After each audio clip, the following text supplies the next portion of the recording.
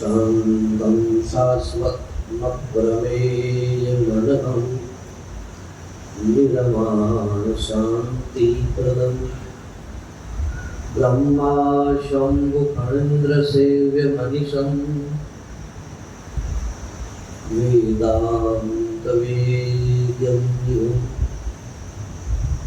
रामाख्यं जगदीश्वरं सुरगुरुं मायामनोस्यमहं वन्देऽहं करुणाकरं रघुवरं गोपालचूडामणिं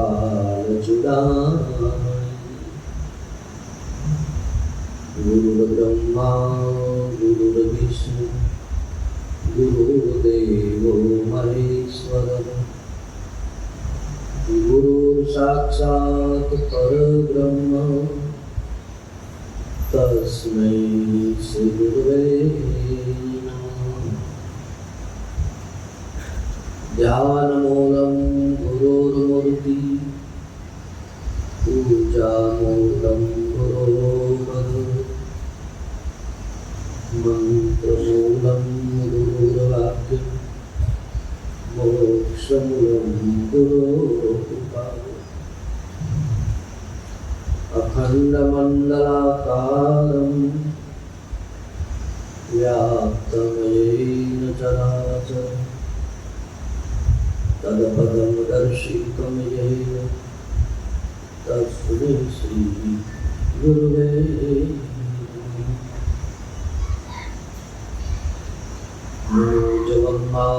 जगन्नाथतुल्यवेदं जितेन्द्रियं बुद्धिमतां वरिष्ठं वातात्मजं बालरजोऽन्तमोक्षं श्रीरामदूतं शरणं प्रपद्ये श्रीरामदूतं शरणं प्रपद्ये। श्री राम जय जय राम श्री राम जय राम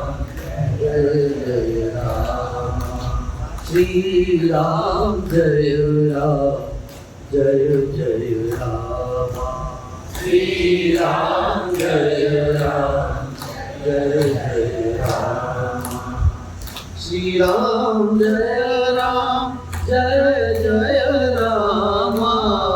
श्री राम जय राम श्री राम जय राम श्री राम जय राम जय राम श्री राम जय राम जय राम श्री राम जय राम श्री राम जय राम जय राम श्री राम जय राम श्री राम जय राम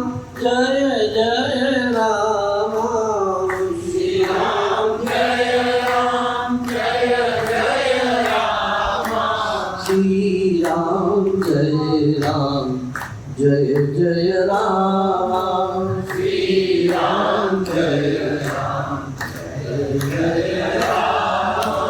श्री राम जय राम श्री राम जय राम जय राम श्री राम जय राम श्री राम जय राम जय राम श्री राम जय श्री राम जय राम जय राम श्री राम जय राम श्री राम जय राम जय राम श्री राम जय राम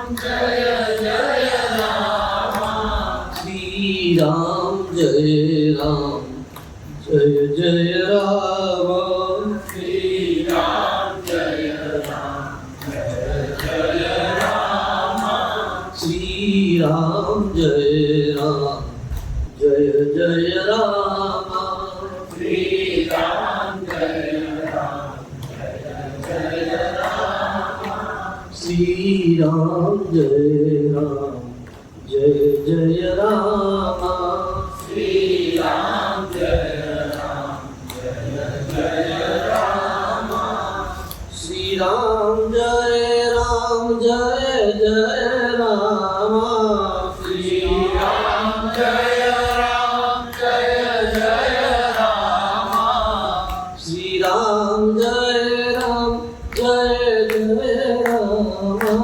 શ્રી રામ જય રામ જય રામ શ્રી રામ જય રામ શ્રી રામ જય રામ જય રામ શ્રી રામ જય રામ શ્રી રામ જય રામ જય રામ શ્રી રામ જય રામ શ્રી રામ જય રામ જય રામ શ્રી રામ જય રામ શ્રી રામ જય રામ જય રામ શ્રી રામ જય રામ શ્રી રામ જય રામ જય રામ શ્રી રામ જય રામ બોલ રામચંદ્ર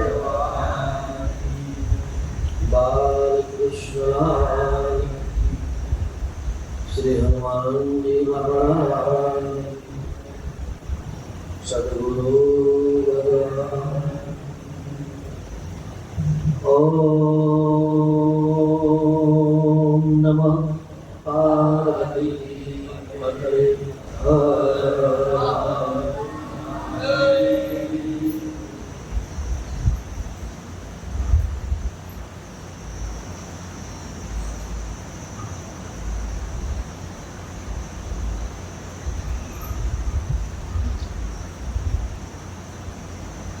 આજે ઘણા સમય આમ તો ઘણો સમય નથી, 2-3 28 મિનિટ છે, પણ છતાં એમ લાગે ચૂક જતો રહ્યો જાણે કેટલો સમયથી આપણે આશ્રમમાં સત્સંગ ન થયો હોય એવું લાગે છે.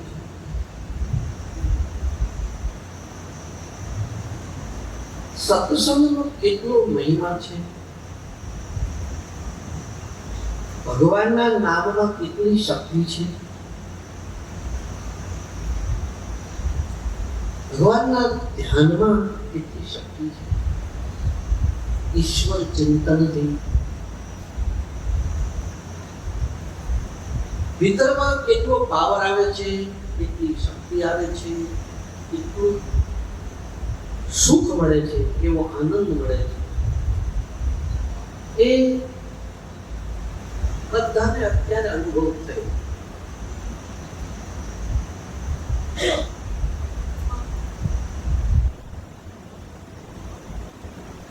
આપણે એક દિવસ ભોજન ન કરીએ ને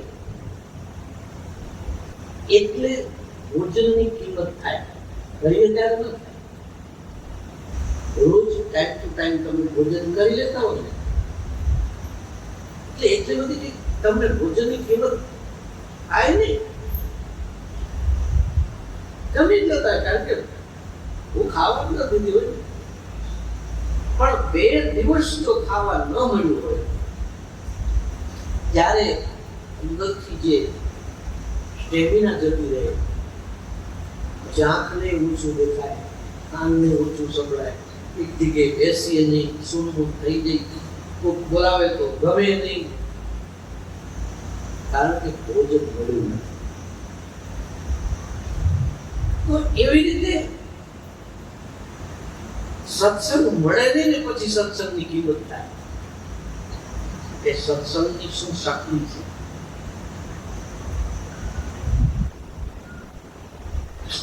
નામ જે બંધ થઈ જાય પછી ખબર પડે કે નામનો કેટલો પાવર આપણને મળતો. ક્યારેક એવું બને ઘરમાં એવું કામકાજ આવી જાય, વ્યવહારમાં જવાનું થઈ જાય, 2-4 દિવસ ભગવત સ્મરણ ન થાય, કઈ પૂજા પાઠ ન થાય, એટલે તમને અંદર ત્યાં એવું વીકનેસ જેવું લાગે કે જયારે ટોનિક જતું રહ્યું હોય એવું લાગે. એટલે સત્સંગ મળે એટલે આપણી અંદર એની એક અસર થાય. તો એ બધાને અનુભવ થયો. મારે ફોન આવ્યા કે આમ આશ્રમની અંદરનું વાતાવરણ પણ દિવ્ય નથી, કારણ કે ચર્ચા બંધ થઈ ગઈ. માણસ જે કઈ બોલે છે, જે કઈ શબ્દો એના મુખમાંથી નીકળે, એ શબ્દો છે ને એનો કોઈની વિનાશ ન થાય. એ ફરતા જોયું. વૈજ્ઞાનિકો આજે કહે છે ને કે ભગવાન કૃષ્ણએ અર્જુનને જે ગીતાજી ના 18 અધ્યાય સંભળાવ્યા હતા, તો એ શબ્દો પકડવા છે એવું વૈજ્ઞાનિકો કહે છે. અને વિજ્ઞાન બધું કરી શકે ભાઈ.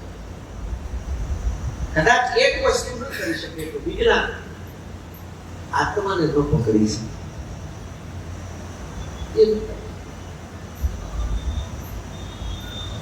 પણ શબ્દ અજર અમર છે, નક્કી. તો જે ભૂમિમાં જે કાર્ય થાય એ કાર્યના પરમાણુ ત્યાં કરતા હોય.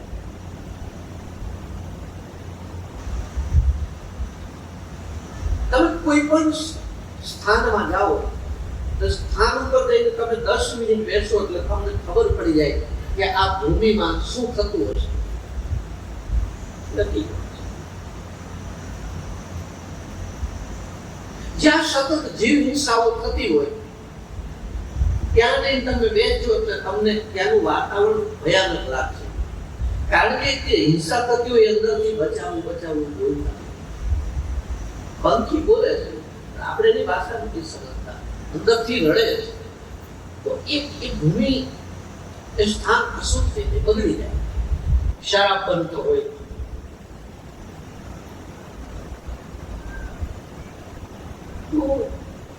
પાપ, હિંસા, વ્યભિચાર જે કઈ છે એ ભૂમિમાં તમે જાઓ એટલે તમને ખબર પડે કે આ ભૂમિ કેવી છે.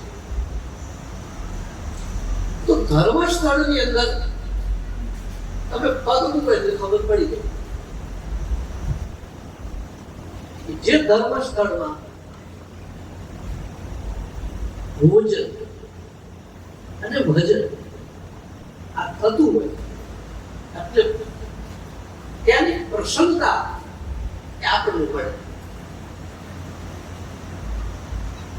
આટલા બધા માણસો મૌન કીર્તન કરે તો એ શબ્દો આશ્રમમાં ફરતા હોય, વાયુમંડળમાં ફરતા હોય.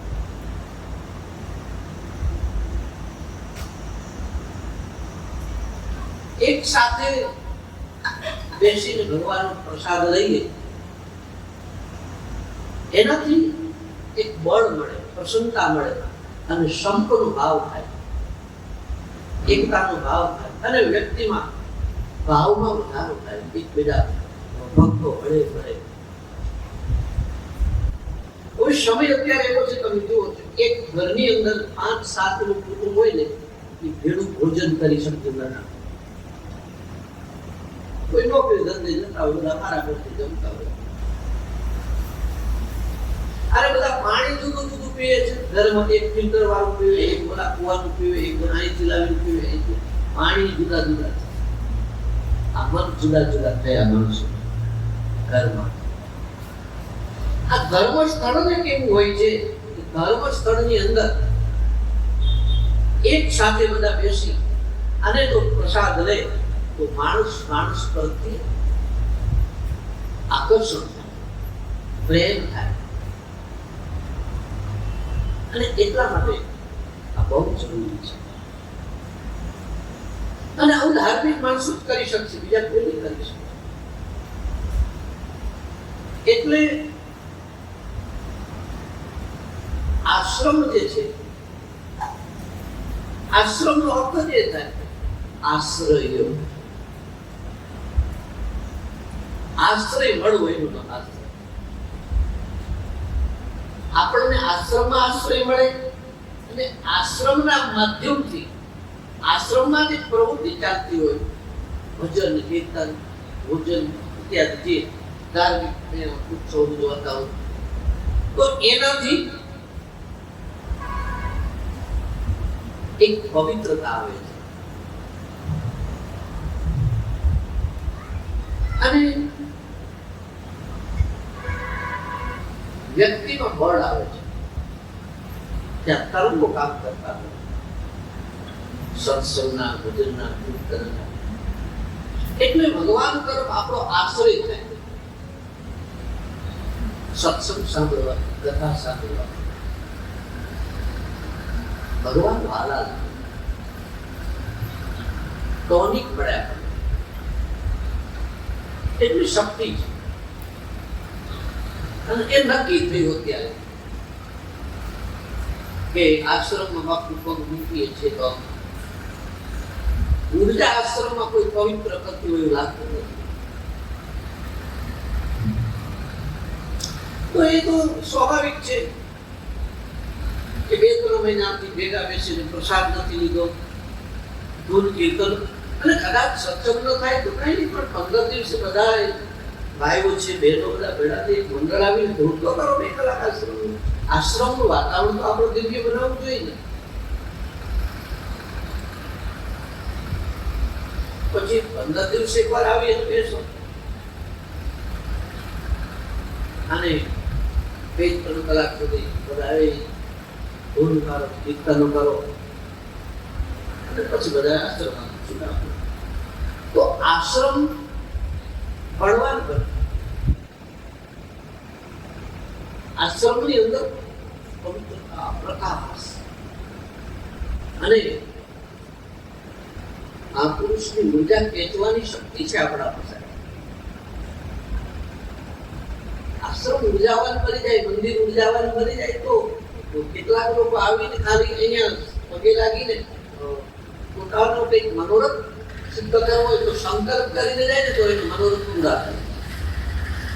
ઘણી જગ્યાએ આપણે બાધા રાખીએ છીએ એટલે મૂર્તિ કામ નથી કરતી, પણ એ મૂર્તિની ઉર્જા જે છે, ભગવાનની માતાજીને જે કહ્યું હોય તે એની ઉર્જા, એનો જે પૂજારી છે, એનો જે સાધક છે, ખેંચી રાખે છે. 2-3 કલાક એક જગ્યાએ બેસી એનું સ્મરણ કરતો, ધ્યાન કરતો, આરાધન કરતો, એટલે એ ઉર્જા ત્યાં આવે છે મંદિરમાં. અને પછી એ ઉર્જા જે વ્યક્તિ લઈને જાય ને એટલે એનો સંકલ્પ સિદ્ધ થાય. પોતે બળવાન બને ને, પોતે બળવાન એટલે બળ મળે. હું લગભગ 350 કિલોમીટર જેવું થતું હશે, કે 450 કિલોમીટર. હવે એટલે બધેથી એક ધારો આવું વાહનમાં બેસી કમસે કમ શરીરમાં થાક લાગે, પરંતુ જ્યાં હરિસ્મરણ કરવા બેસીએ છીએ, સત્સંગ કરવા બેસીએ છીએ, એ કથા વાંચીએ છીએ, ત્યારે થાક ક્યાં જતો રહે ખબર નથી પડતી. કારણ કે ભગવાનની વાતો કરવાથી ભગવાન બળ પડે છે, આંતરિક શક્તિ મળે છે, ઉર્જા મળે છે, સ્પર્શ થાય છે. ભગવાનની વાતો કરીએ, ભગવાનનું નામ જપ કરીએ ને ત્યારે અંદરથી આપણને એનો સ્પર્શ થાય, અને એનો સ્પર્શ થાય ને એમાં જે છે આપણને મળે. પરમ તત્વમાં કેટલું બધું પાવર છે. પાવર મળે, પવિત્રતા મળે, આનંદ મળે, સુખ મળે, આ બધું મળે.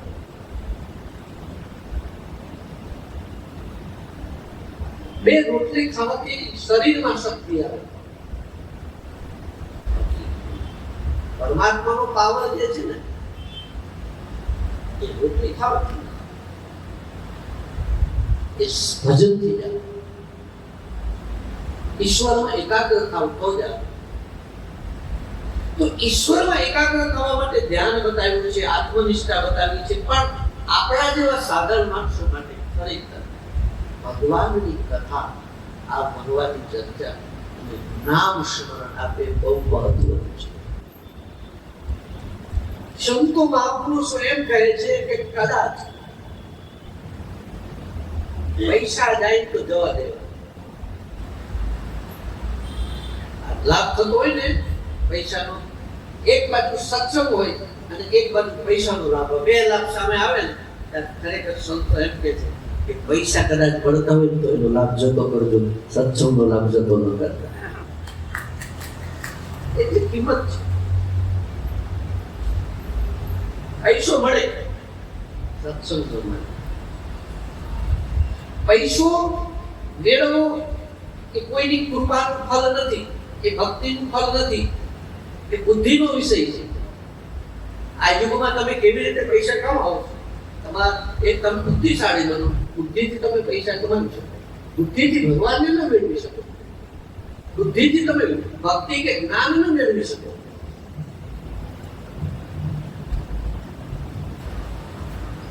પૈસો ગપ્પા મારવાથી મળે, બુદ્ધિનો વિષય છે. પોતપોતાની રીતે બધા કમાતા હોય છે.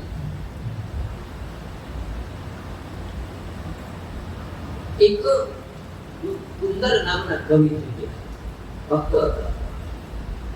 એનો શિષ્ય કવિને કહે છે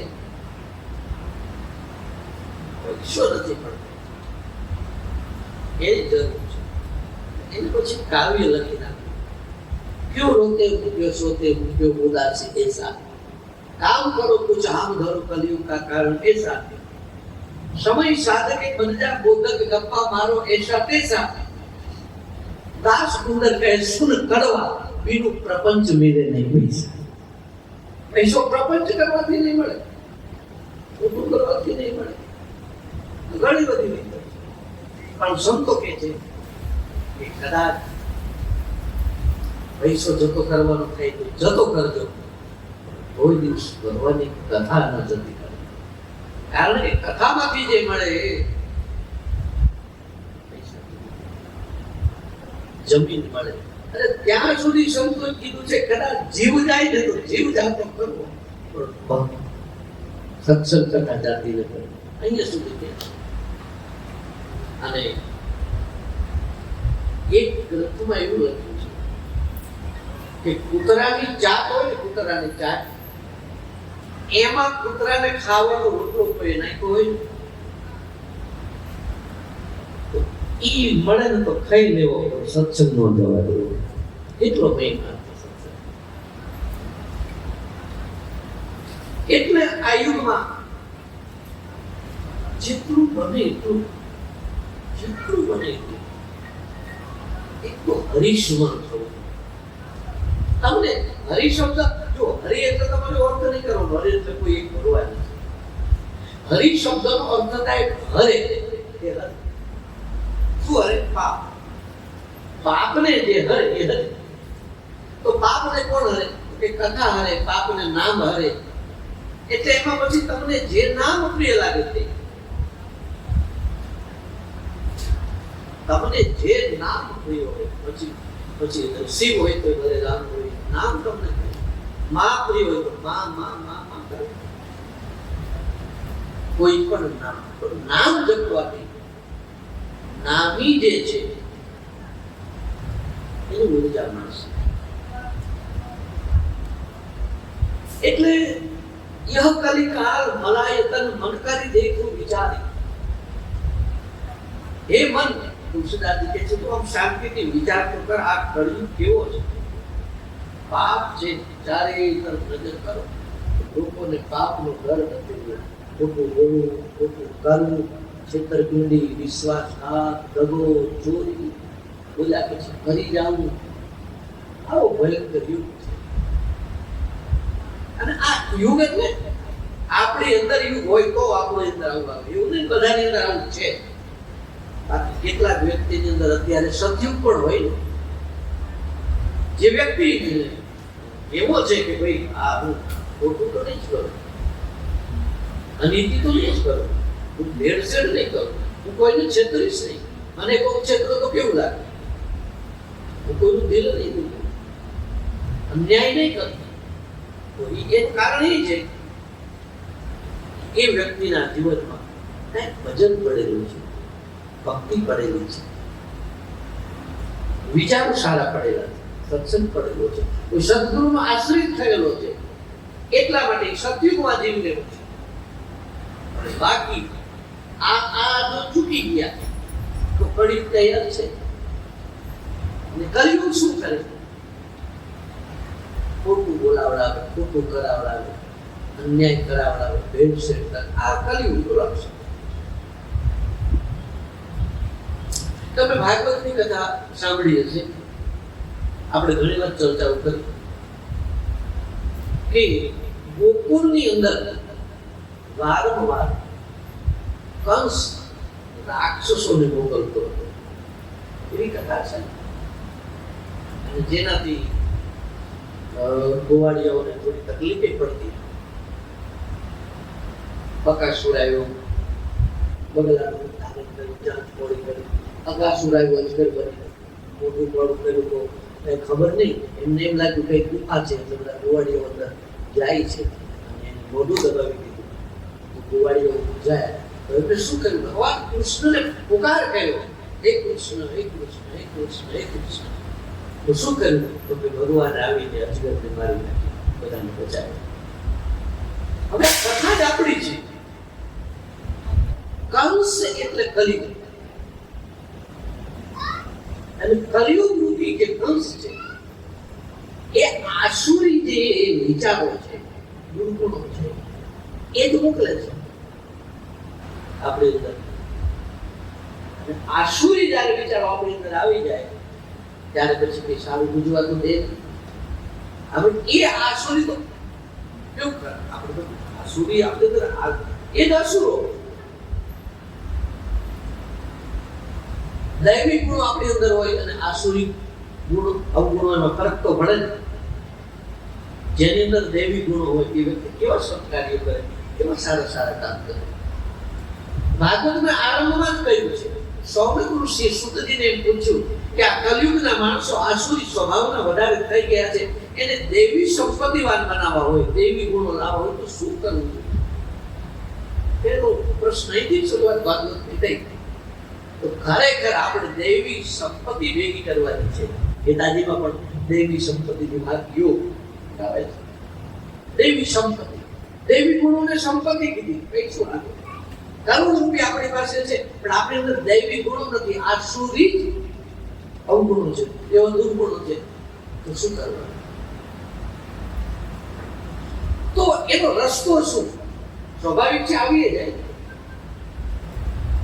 ચૂકી જાય, સત્સંગ ચૂકી જાય, ભગવત સ્મરણ ચૂકી જાય, નામ ચૂકી જાય, બધું ચૂકી જાય. તો કળિયુગ રૂપી કંસ આપણી અંદર રાક્ષસો મોકલી દે તો શું કરવું? તો આપણને ખબર તો પડે છે કે આપણી અંદર હવે વિચારો કર્યા છે. તો શું કરવું? તો કે ભગવાનને પુકારવા. ગોવાળીઓ ભગવાનને પુકાર કર્યું. ભગવાન આવ્યા એનો અર્થ નથી કે આપણી અંદર એક ભગવાનની શક્તિ પ્રકટ થશે. આને જે આસુરી વિચારો છે એ દ્રષ્ટ પામશે. પુકારવાના. પુકાર એટલે શું? એમાં કઈ સંસ્કૃતના લોકો બોલવા પડે કે સ્તોત્રો બોલવા પડે એવું નહીં.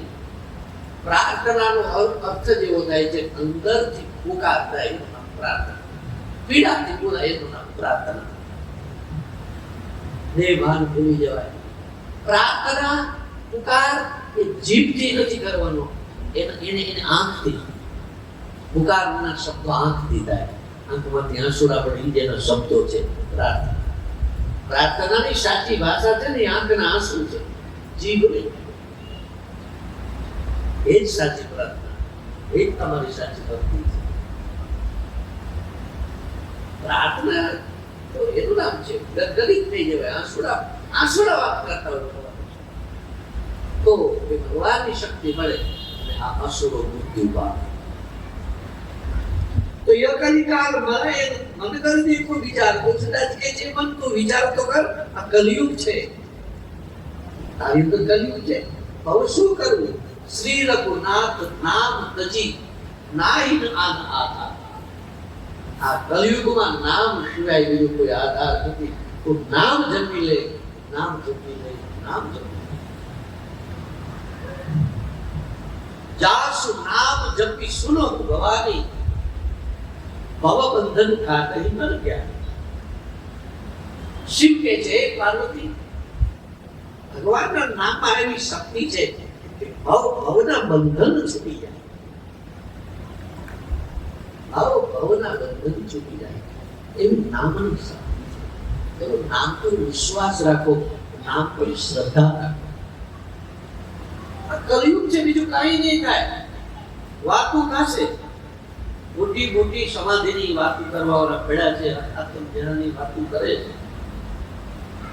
પણ બેઠા બેઠા ટોકરા પાકને સંભાળો ને, ટોકરા પાકની વાતો કરો, પેંડાની વાતો કરો, પછી મગજના લાડવાની વાતો કરો તો કઈ ભેદ ન કરાય. વાતો કરે ભેદ. એટલે નામ તમને બધું અપાવશે. નામની અદ્ભુત શક્તિ છે. સગુણના દર્શન, નિર્ગુણની અનુભૂતિ.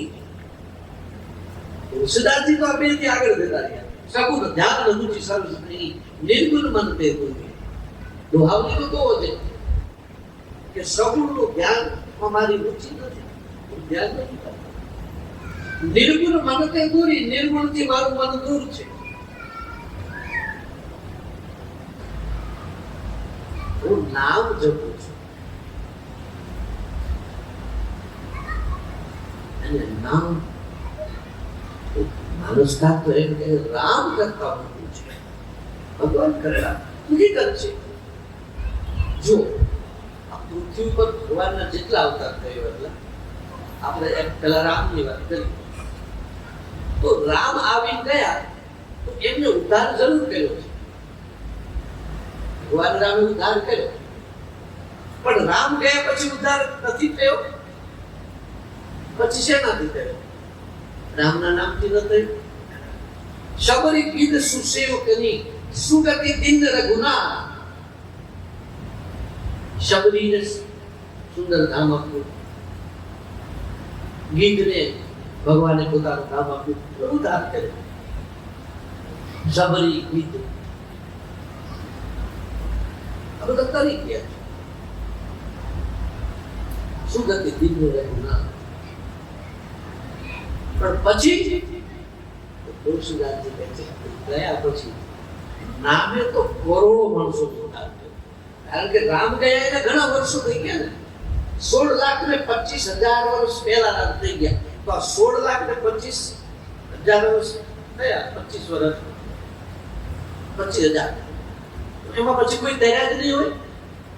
આ દુનિયામાં કેટલા માણસો ભક્તિ કરીએ છીએ, ભજન કરીએ છીએ, બધા નહીં, પણ કોક તો તૈયાર હોય. કોને તાર્યા? તો કે રામે નહીં, રામના નામે. ભગવાન કૃષ્ણ આવ્યા તો દ્વાપર યુગમાં એમણે ઘણાનો ઉદ્ધાર કર્યો છે, પણ કૃષ્ણ ભગવાન ગયા પછી કૃષ્ણના નામે એટલાય તરી ગયા છે. મીરાબાઈ કૃષ્ણના નામથી ઉદ્ધાર પામ્યા છે. નરસિંહ મહેતા લ્યો હમણાં થઈ ગયા, મીરાબાઈ હમણાં થઈ ગયા, નામથી તરી ગયા છે. તો ભગવાન કરતા ભગવાનનું નામ મોટું છે. માનો કે એ નામીનો અનુભવ કરાવે છે. બાપુ બાપુ તો આમ બધા બળી ભસ્મ ધોઈ જાય, વ્યક્તિ આમ અંદરથી સાફ થઈ જાય. જેમ જેમ તમે સારા સાબુથી સ્નાન કરો ને એમ શરીર શુદ્ધ થઈ જાય, એમ માય અંદરનો મેલ સાફ થઈ જાય. હરિ નામ વિશ્વાસ છે, હકીકત છે. આપણા ત્યાં કથા છે, અજામિલની કથા તમે જાણો છો બધા. અજામિલ શુદ્ધ બ્રાહ્મણ, પવિત્ર બ્રાહ્મણ, ખરેખર જ્ઞાન, મોટા મોટા યજ્ઞો કરતો, કર્મકાંડી હતો, વિદ્વાન હતો, બ્રાહ્મણ પણ હતો. પણ એક વખત જંગલમાં સુમિત લેવા ગયો અને એક ગણિકાને જોઈ. વેશ્યા એનું સૌંદર્ય જોયું તો બુદ્ધિ બગડી. મહાપુરુષ એમ કહે છે ભગવાને આંખ જો આપી છે પણ કારણ વગર કોઈની સામે એક ટસે જોઈ લેવું એ ગોરાઈનું લક્ષણ છે. અને એ બુરાઈના લક્ષણો ન હોય ને સારા કદાચ હોય ને પણ એકી ટસે જોઈ લેવાથી બુરાઈ આવે છે. નવીના મીનાક્ષી યજ્ઞતી મુનિ નામપી મનઃ, જેને મનને જીતી લીધું છે વેલાન પાન રાખે એને મુનિ કહેવાય. મુનિ એટલે મનને જીતી લીધું, મન જેનું ગુલામ બની ગયું એ મુનિ. પણ કે એવા મુનિનું મન પણ વિહવળ થઈ જાય એ અજામી ભાન ભૂલી ગયું. અને ટૂંકભાઈને કુસંગ થઈ ગયો અને ઘરે લાવે છે એના સંપર્કમાં રહે છે પણ હવે એના સંપર્કમાં એટલું બધું આસક્ત થઈ ગયું ગણિકા બધું જ ભૂલી ગયું. નહીં કર્મકાંડ ભજન ભક્તિ કશું જ નહીં. એટલે અંતકરણ બગડી ગયું, કાટ જામી ગયો, અંદર વેલ જામી ગયો. પણ કહ્યું છે સંતોએ કોઈનું સારું કરેલું કર્મ નિષ્ફળ થતું ગીતામાં પણ કહ્યું ને શુભ કર્મ કરનારું દુર્ગતિ ન પામે. એના ઊંડે ઊંડે એ સ્પીચ પડ્યા છે, સંસ્કારો પડ્યા છે. એમાં એક દિવસ સંતો આવ્યા એના ઘરે, તે તો હાજર નથી. તો પેલી ગણિકાએ રસોઈ બનાવી જેમાં એમાં અજામિલ આવી ગયો, વંદન કરાવ્યા પત્નીએ. પછી અજામિલને કહે છે કે અજામિલ અમે જેના કરીએ છીએ ભોજન કરીએ પછી ભોજન પછી અમને દક્ષિણા આપે છે, એટલે તારી પાસે બીજી કોઈ દક્ષિણા નથી લેવી. તારા જે પુત્ર જાય એનું નામ તું નારાયણ રાખજે બસ, બાકી બીજી દક્ષિણા. અજામિલ કહે છે તમને હું અત્યારે મારતો નથી ને મોટી દક્ષિણા માની લો, નહીતર મારા ઘરે તમે ક્યાંથી હોય. આખું વિચાર પણ નથી કર્યો. વિચાર તો કરો. એક વખત માણસની સોબત બગડી જાય, સોબત કરી જાય તો માણસ જ નથી રહેતો. જે બ્રાહ્મણ હતો જે ભગવાનની નજીક એની જગ્યાએ સંતોને એમ કે છે કે મારતો નથી મોટી દક્ષિણા છે, તમે મારા ઘરે કેમ?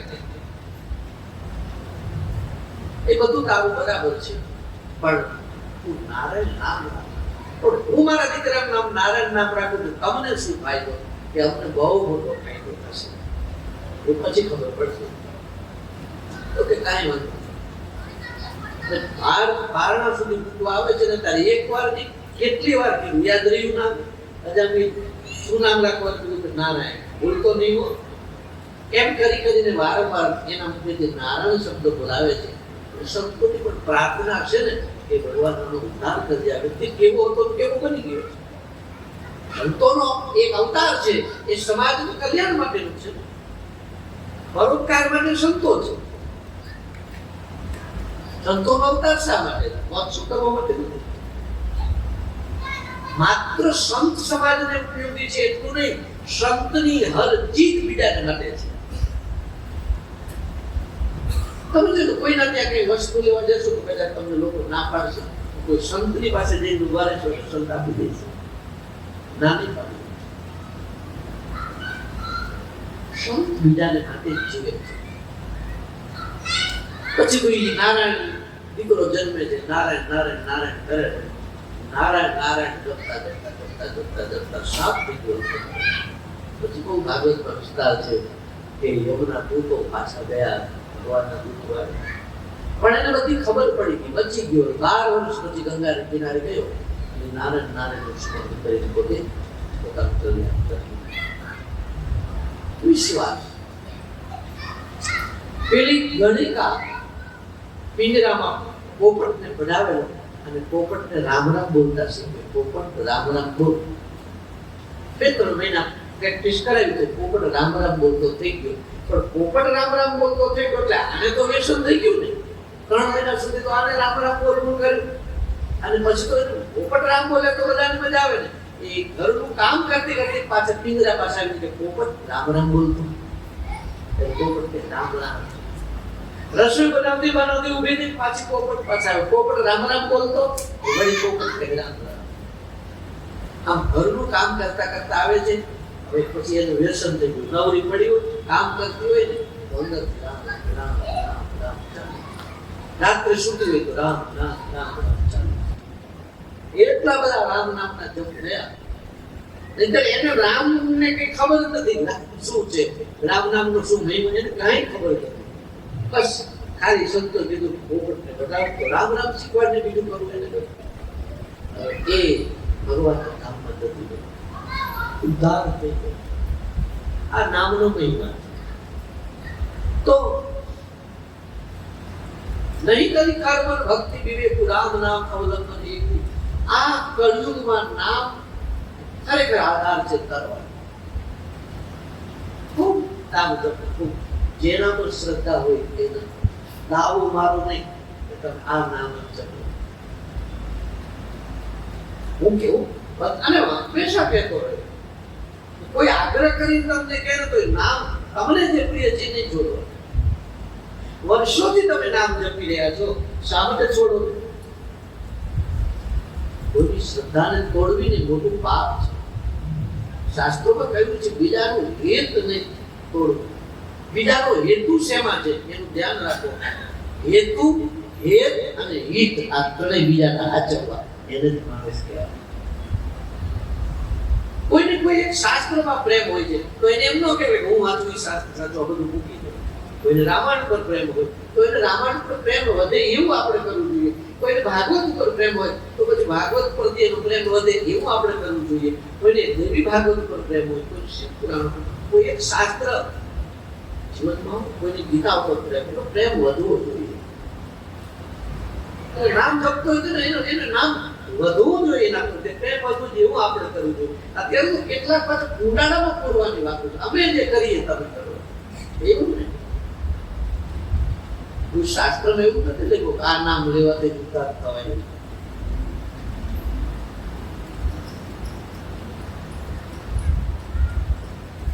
કોઈ પણ નામ પ્રેમ હોય નામ શ્રદ્ધા વિશ્વાસ નિષ્ઠા.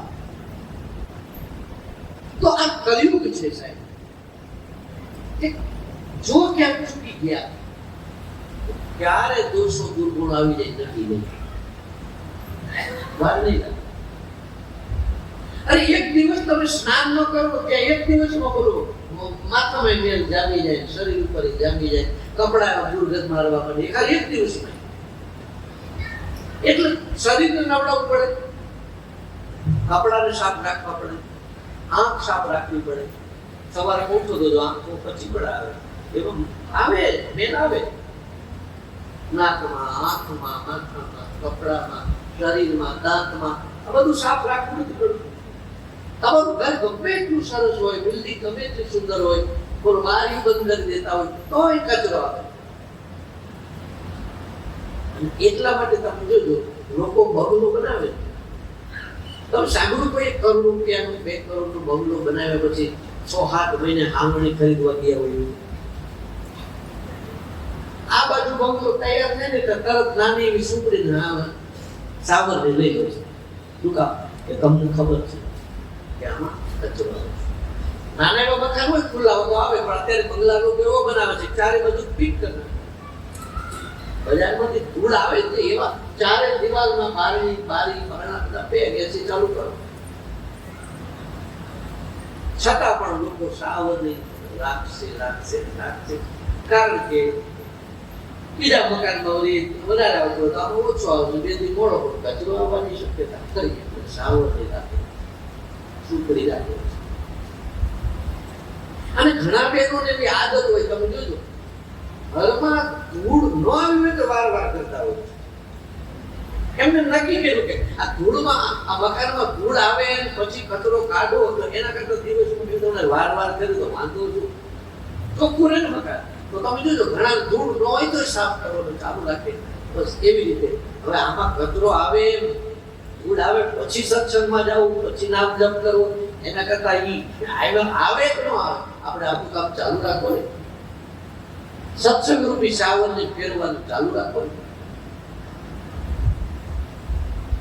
ચાલુ જ.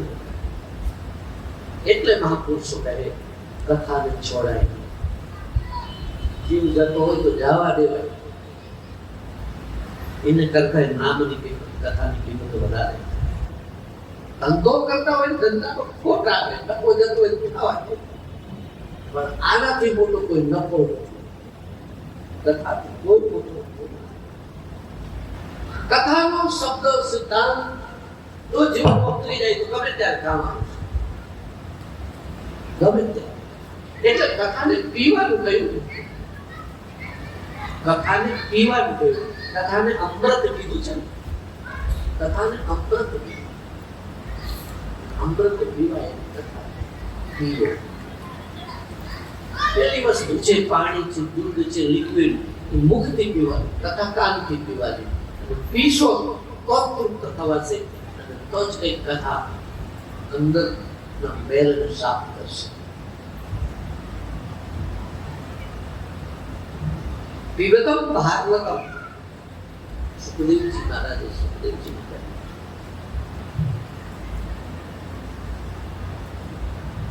ગોકર્ણએ પણ એના પિતાજીને ભાગવતમાં કહ્યું, સેવા કથા રસનો નિતરામ પીબત્વ. સેવા કરો સમાજ, નિષ્કામ કરો. તમને એમ થાય કે કથાનું નામ નથી ને અમારે બીજું નથી કરવું, એ કથા 24 કલાક થોડી સાંભળવાની, કલાક 2 કલાક કથા મળે તો સાંભળી લેવાની. ધંધામાં ધ્યાન આપો, પણ બાકીનો એક સમય એવો પણ આવે કે તમે સમાજની સેવા કરો, નિષ્કામ ભાવે. અને આપણા સનાતન ધર્મની અંદર તમે જુઓ, આ દેશમાં ઘણા ધર્મો છે, જેટલા હોય એટલા ધર્મોમાં તપાસ કરજો. એક સનાતન ધર્મ જેવો છે કે એની અંદર કીડીને કીડિયા કરવા જાય, નાની કીડીઓનું લોકો ધ્યાન રાખે, પક્ષીઓને ચણ નાખવા જાવ, પક્ષીઓનું પણ ધ્યાન રાખવું, એને પાણી પાવું, એને પરકો બનાવે, ગાયો માટે અવેડાની વ્યવસ્થા, માણસો માટે અનુક્ષેત્રની વ્યવસ્થા, પશુ પંખીની સેવા થતી હોય સનાતન ધર્મમાં છે. અને બીજા ધર્મમાં તો એને મારી ખાવાની વ્યવસ્થા છે, બીજી કઈ નથી.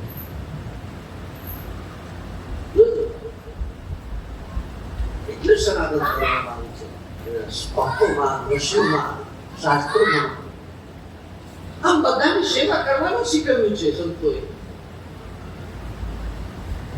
ધર્મ ભજસ્વ, ધર્મમ ભજસ્વ સતતમ, ત્યજ લોક ધર્મ. ભગવાનનું ભજન કરવું એ ધર્મ છે. ત્યજ લોક ધર્મ, લૌકિક ધર્મનો ત્યાગ કરો. સેવસ્વ સાધુ પુરુષાનય કામ તૃષ્ણા. સાધુ પુરુષોની સેવા કરવી એટલે શ્રેષ્ઠ માણસોની સેવા કરવી. આ જગત માટે જે જીવી રહ્યા છે એને મદદગાર બનવું, એને સાધુ. સાધુ એટલે કોઈ જ્ઞાતિ ઉપર વાત નથી કરતો. સાધુ શબ્દનો અર્થ શ્રેષ્ઠ થાય. આ જગતમાં શ્રેષ્ઠ માણસો હોય, બીજાને માટે જીવતા હોય, બીજાની સેવા કરતા હોય, તો તમે એની સાથે જોડાઓ, એને કંઈક મદદરૂપ થાઓ. કામ તૃષ્ણામાં, અને મનમાંથી કરે પ્રકારની તૃષ્ણાઓ જે થતી હોય, ઈચ્છાઓ થતી હોય, એ તૃષ્ણાનો ત્યાગ કરો. ગોકર્ણજીના પિતાજીને કહે છે ભાગવતમાં,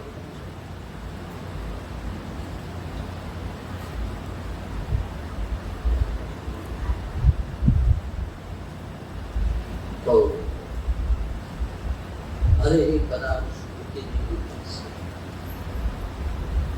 ભગવાનના ચરણો ધ્યાન કરો.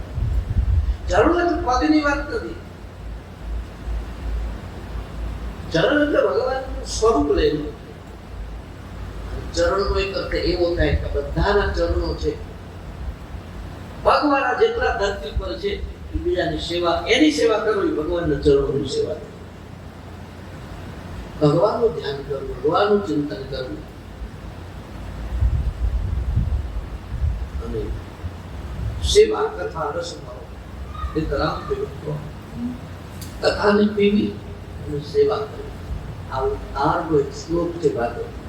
આપણો ઉદ્ધાર કેવી રીતે થાય? એટલે જિંદગી બહુ ટૂંકી છે સાહેબ. વાતોમાં સમય જતો રહેશે ખબર નહીં પડે. દરેક વ્યક્તિનો અનુભવ હશે કે તમે નાની ઉંમરમાં ક્યાંક ક્યાંક રમતા હોય, એ જગ્યા આવે, મિત્રો આવે તો તમને એમ થાય કે હજુ આપણે એ બધા રમતા હતા, ગરીબમાં કેવડા ગરીબમાં જિંદગી પૂરી થઈ જાય, જતું રહેવાનું થાય એની ખબર નથી પડતી. અને પહેલા તો નિયમ હતો, માણસ 100 વર્ષ જીવતો. પહેલા આપણે કળિયુગની જ વાત કરું તો દ્વાપર યુગમાં અને ત્રેતામાં તો આયુષ વધારે હતી, પણ આ કળિયુગમાં 120 વર્ષની આયુષ કીધી, પણ 120 તો કોણ જીવતું? પણ હવે આ બધું પ્રદૂષણ થતા 60 વર્ષની આયુષ થઈ ગઈ છે આપણી. અને 60 પછી કદાચ કોઈ જીવતા હોય તો એ બધી લકડ ધકડ જીવવાનું ધકાગાડી આખો દી કેટલાય પ્રકારની ટીકડીઓ ખાવાની, ટીકડી ખાઈ તો હલાય, ટીકડી ખાઈ તો પાચન થાય, ટીકડી ખાઈ બધું એમ બધું. એટલે કોઈ પણ યાવત સ્વસ્થ જયંદેવો યાવત નષ્ટ મૃત્યુ દૂરતઃ તાવદામિ હિતમ કુર્યાત પ્રાણાંતે કેમ કરી શકું. શરીર સ્વસ્થ છે ત્યારે માણસે બધા સત્કાર્યો કરી લે, સેવા કરી લેવી, સ્મરણ કરી લેવું, ભક્તિ કરી લેવી, ભજન કરી લેવું, આ બધું શરીર સ્વસ્થ હોય ત્યારે, મૃત્યુ દૂર હોય ત્યારે પ્રાણાંત કેમ કરી શકે. પ્રાણનાંતે શું ખબર આપી થશે? આંખને દેખાય નહીં, કાનને સંભળાય નહીં, બોલી શકાય નહીં, ઊભું થવાય નહીં, ટેકા લેવા પડે, વૃદ્ધાવસ્થા આવી જાય છે, પછી શું કરવાનું? મેં ઘણી વાર કથામાં કહ્યું ને કેટલા હજાર વર્ષ રાવણે રાજ્ય કર્યું, મૃત્યુ વખતે પૂછવામાં આવ્યું કે તમારે કોઈ કામ હવે બાકી નહીં રહ્યા હોય તો 5 કામ બાકી રહી ગયા કે કેમ કર્યા? એમ કે હજુ વાર છે ને, હજુ તો જવાની વાર છે, નિરાંતે કરીશું. એમાં માટે ટાઈમ પૂરો થઈ ગયો, મારા 5 કામ બાકી રહી ગયા. હવે રાવણ જેવા હજારો વર્ષો જીવતા હોય અને એનાય જો 5 કામ બાકી રહી જાય તો આપણા તો કેટલા રહી જાય એનું નક્કી કરવું. ભૂખી જિંદગી પાછી જિંદગી કેટલી આપણી ઈચ્છા કેટલી. તમે આમ ક્યારેક હિસાબ કરજો, 360 દિવસનું એક વર્ષ થાય, બરાબર? 360 એટલે 60 માંથી અડધા કરો 30, 300 ના અડધા 150, 60, 70, 80, 180 થાય, અડધા કરો તો થાય 180 ના 6 મહિના અને 6 મહિના 12 મહિના દિવસ રાત્રે થઈ 360 દિવસ, બરાબર? હવે એમાં માણસ 60 વર્ષ નો થયો એટલે એક વર્ષ ગણવાનું ને આપણે, એક વર્ષ ગણો એટલે 60 વર્ષ થયા. એમાં 12 કલાકની રાત્રિ, 12 કલાકનો દિવસ આવે ને, તો 6 મહિનાનો દિવસો, 6 મહિનાની રાત્રિ થઈ ને, એક વર્ષની અંદર 6 મહિનાની રાત્રિ આવે અને 6 મહિનાના દિવસો આવે. તો તમે હિસાબ કરો, રાત્રિ તો સુવામાં ગઈ ને, રાત્રિ શેમાં આપણે વિતાવી? એટલે આપણે ગણવાના દિવસો, એટલે 30 વર્ષ સુવામાં ગયા ને, 30 વર્ષની આવરદા આપણે. બોલો, હવે 30 વર્ષની આવરદામાં પાછા બાળપણ તો ભણવામાં રમવામાં ગયું, વૃદ્ધાવસ્થામાં કઈ ન થઈ. જિંદગી કેટલી છે તમે હિસાબ કરો ને, એટલે 15 વર્ષની ગણવાની, 15 વર્ષની જિંદગી. કારણ કે તમે બાળપણની રમતના થોડા 5 વર્ષ કાઢી નાખો, બરાબર? પછી છોકરા ભણ્યા, પરણા, લગ્ન કર્યા, બાળકો થયા, એની બધી જવાબદારી માટે તમે મહેનત કરવા ગયા, બધું હિસાબ તો કરો. ઉદ્ધાર માટે શું કર્યું, સમાજ માટે શું કર્યું? આપણે સરવાળે મીંડા મંગાણા રે, કોઈ સરવાળો માંડવો, જિંદગીના ચોપડામાં સરવાળો માંડવો, આદુ પીધું શું કર્યું? આપણે હિસાબ માંડો. એટલે 30 વર્ષમાં 15 વર્ષ કાઢી નાખવાના આપણે. 15 વર્ષની જિંદગી છે, 15 વર્ષમાં બધી હાય હોય ને આ બધું શું કરવા? એટલે નિવૃત્તિ લઈ લેવાની. જેમાં આસક્તિ રાખવાની જ નહીં ને, પરમાત્મા જે સ્થિતિમાં રાખે એ સ્થિતિમાં સંતોષ માનવાનો અને એવું કંઈક બીજું જીવન જીવીએ કે આપણે આપણા મનને સાચવીએ બસ. અને આત્માને ટોનિક આપીએ. સાચો ખોરાક આત્માના આપવાનો છે.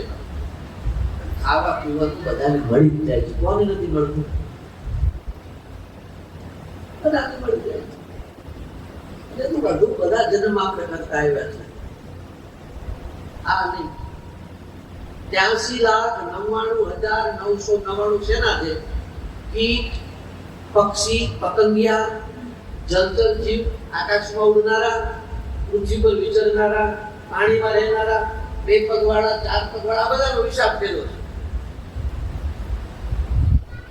એમાં એક જ મનુષ્ય છે 84 લાખ યોનિમાં, બાકી બધા ઓલા. હવે એ ઓલા જૂના સંસ્કારો પછી આપણામાં હોય કે ન હોય? બધા જ રામાયણમાં એવી કઈ હોની છે એમાં મેં અવતાર ન લીધો હોય. એ ઘણા અવતારોમાંથી કરતા કરતા કરતા કોઈ અવતારમાં માન કરીને છેલ્લો અવતાર એનો કાકૃષ્ણ અવતાર થઈ. ભગવાન કૃષ્ણ પણ બોલ્યા છે કે અર્જુન, મારા ને તારા ઘણા જન્મો થઈ ગયા છે, મને યાદ છે, તને યાદ નથી. એટલે ઘણા બધા કોડિયા આપણે આમ ફરતા ફરતા ફરતા ફરતા આવ્યા છે. કોઈ વાર પંખી બન્યું, કોઈ વાર પશુ બન્યું, કોઈ વાર માનવ બન્યું. હવે માનવ બન્યા પછી જો અહીંયા આવ્યો હોય તો સાચા અર્થમાં માનવ બને.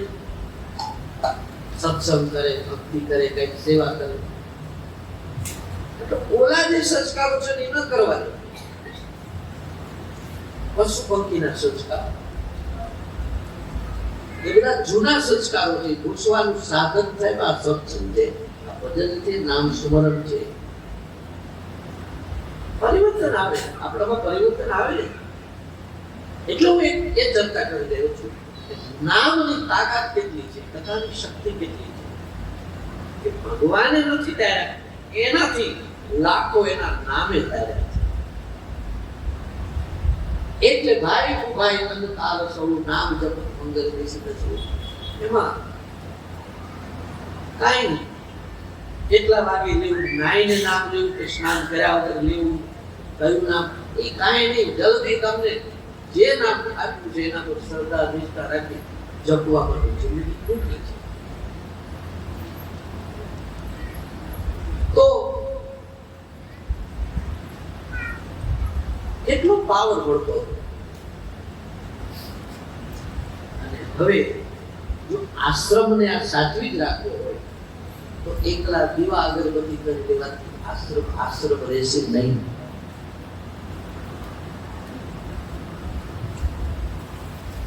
એના માટે આપણે આશ્રમ માટે હું નથી કહેતો, આપણા માટે. તમે કોઈ આશ્રમ બનાવો, કદાચ સુરેશભાઈ એકલા બેઠા બેઠા આખો દી માળાયું કરે ને કેસરનું સાડી વગાડે, આશ્રમનું વાતાવરણ સારું હોય છે. પંકજભાઈ બધા છે, પરિમલભાઈ બધા જે આવતા જતા એવું રાતી અહીંયા સીધું સાંભળી મોકલે, 2-5 રોજ આવે ને જમાડે. આવું બધું રહેવાનું. ચાલો ખાલી એટલું આશ્રમનું વાતાવરણ સારું રાખીએ, પણ આપણે ના આવીએ તો આપણું ઘર જો આશ્રમ જેવું હોય તો આવવાની જરૂર નથી. પણ આપણું ઘર આશ્રમ જેવું થાય નહીં, કારણ કે આપણે સંસારી માણસો છીએ. આપણા ઘરની અંદર રાગ દ્વેષની વાતો થતી હોય,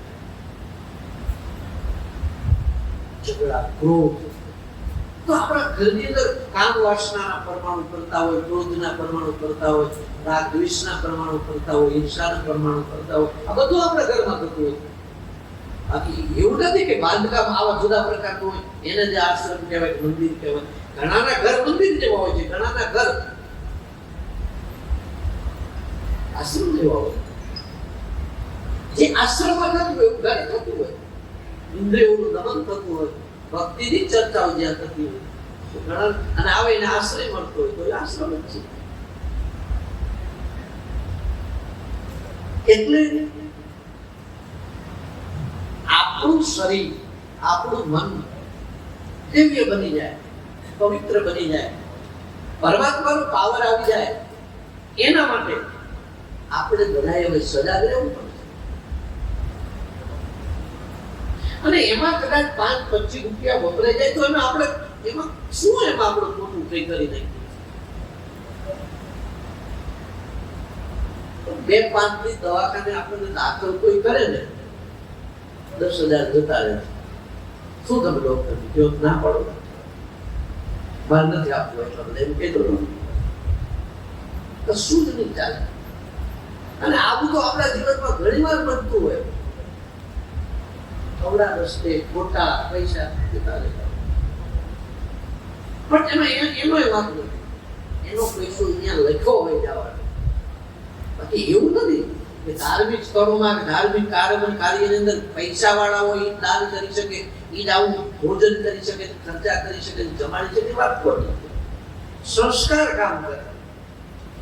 પૈસો ન હોય તો માણસ ઉછીના લઈને ધર્મ જગતમાં વાપરે છે. અને બાકી ઘણાની પાસે કરોડો રૂપિયા હોય તો 10 રૂપિયા અહીંયા નથી વાપરી શકતા, કારણ કે અહીંયા વાપરવાના સંસ્કાર નથી લખ્યા, ન વાપરી શકે. આમ જાય અડાવડા ઘણા જતા હોય. એટલે પ્રસન્નતા આપણને મળે એવા પ્રસાદ મળવા જોઈએ. 28 તો સત્સંગ થશે, પણ વચ્ચે બધા અહીં તો બબે મંડળો 3 મંડળો આશ્રમની અંદર 2-3 કલાક તો આશ્રમમાં ભજન ધૂમ થવા જોઈએ. બેનોને કહી દો મહિલા મંડળો આ વાર નથી, તમારે તો ગોઠવતું રહેવાનું, ચાલુ રાખો. અને દિવસે દિવસ થોડી મોંઘવારી વધી ને, આપણે પેલા બધા માણસો જમાડતા થોડું ખર્ચ થતું હતું. તમે જો બધા વારાફરતી રસોડું આપતા, હવે તો આંકડો વધવા માંડ્યો છે. કોઈ માણસો ઘટવા માંડ્યા છે આપવા વાળા. છતાં કોઈ પણ રીતે રસ્તો કરાય. 10 જણ થઈ જાવ, 10 વ્યક્તિ થઈ,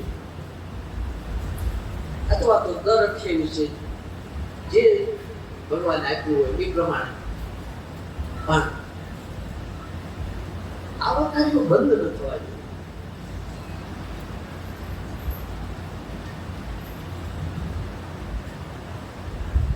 કથા અને સત્સંગ એ આપણને ફળ આપે છે, પ્રસન્નતા આપે છે. મને વચ્ચે કોણ હતો 3 દિવસ આવો બાપુ સત્સંગ રાત્રે વાંધો આવીશ, પણ અવાયું નહીં. અને આના વિશે મેં આગ્રહ નતો કર્યો. મેં કીધું તમારે 2 જણાને જ ખર્ચો થતો હોય તો બંધ રાખો, 40,000 રૂપિયા ચૂકી જાય તો બંધ રાખો. હવે આ તો બધાને આવો વિચાર આવવો જોઈએ, બધાને થોડો આવો વિચાર આવવો જોઈએ. પણ 2-3 મહિના બંધ રહી, વળી પાછું લોકોને કરવું. અને એક વાત નથી છે, બધું ખેતરમાં વાવશો એવું છે. હું બધાને તો કહું છું, બધાને ખબર જ છે, પણ વાવશે ઉગશે.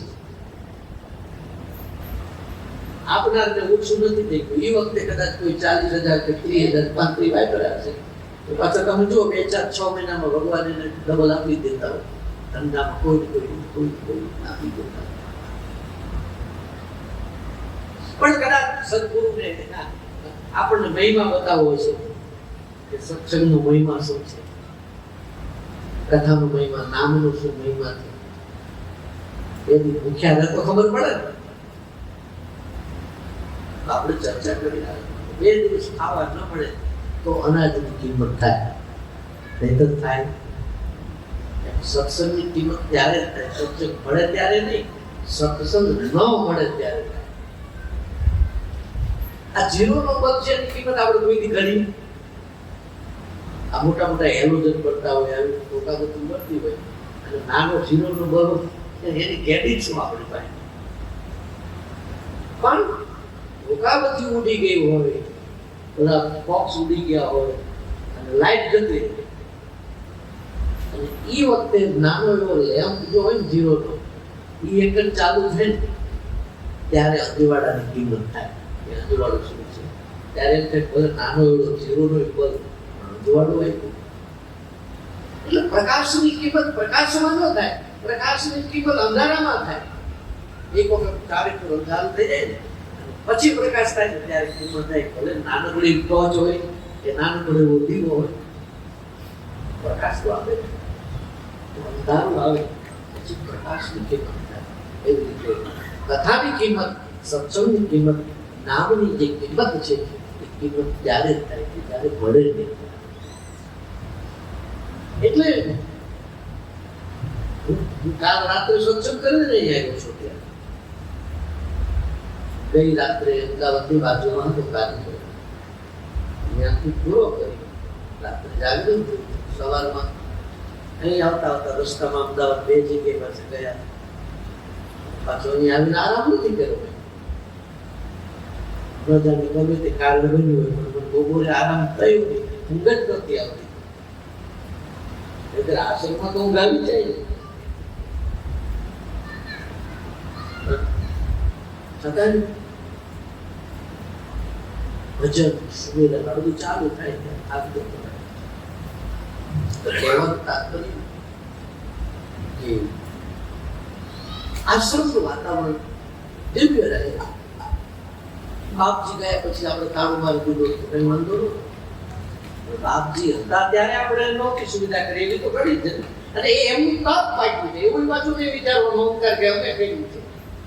કોઈ પણ મહાપુરુષની જગ્યા હોય ત્યારે નથી થતી, પછી થાય છે ને, એ હકીકત એમનું તપ કામ કરતું હોય છે. પણ સંતો એવા હોય છે ખરે ત્યાં સુધી મોટો ખર્ચ ન કરવાનો. કોઈ પાસે ના આપવું. બદ્રીનાથ બાબા જીવતા ને ત્યારે લીમડા વાવેલા હતા, નકલી ધૂળ હતી અને ધૂળમાં બધા બેસતા.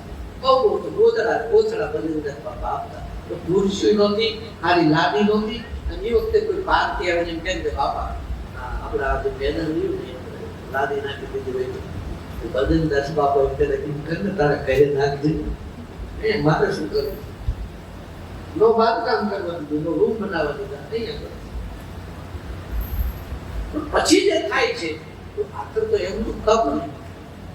અને આપણા પૈસા 5-25 કદાચ આમાં વપરાતા હોય તો આપણે વાપરાને આશ્રમ સારો બનાવ્યો છે એવું નહીં વિચારવું, પણ એમને આપણા પર કૃપા કરી અને આપણો પૈસો એ દેવડાવો હોય છે.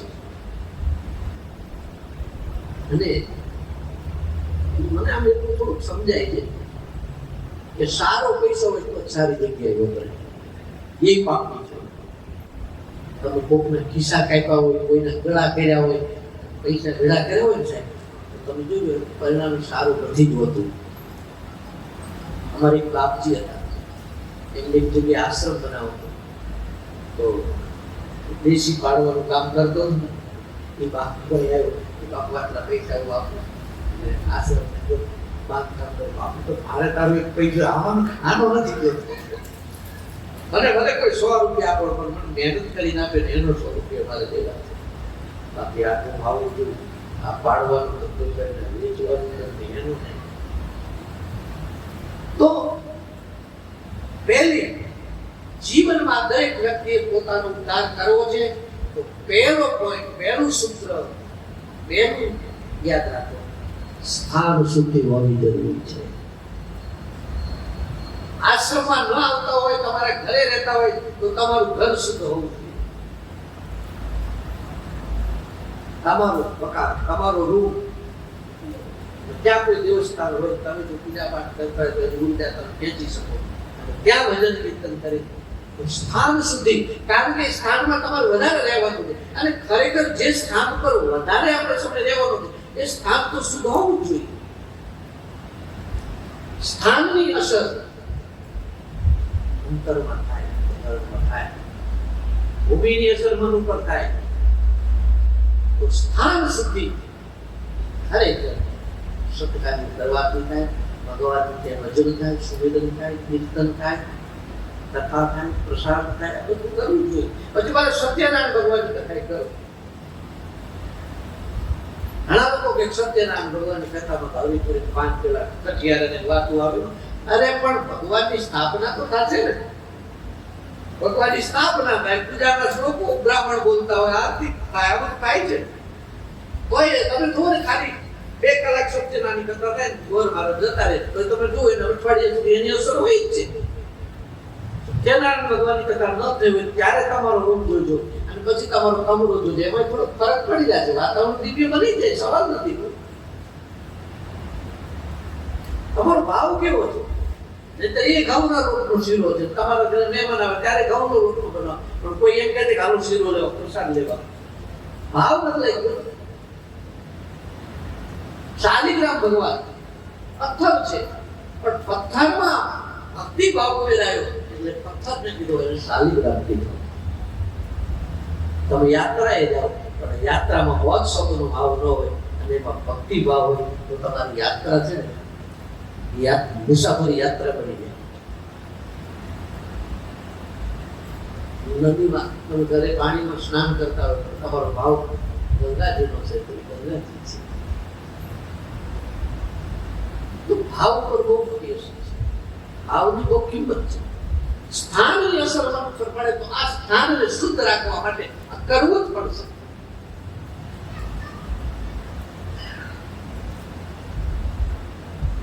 અને હવે કઈ એવું નથી બધાને જમવું જોઈએ એવું. આ તો આપણી ભાવના છે. પ્રસાદ થાય તો સારું છે.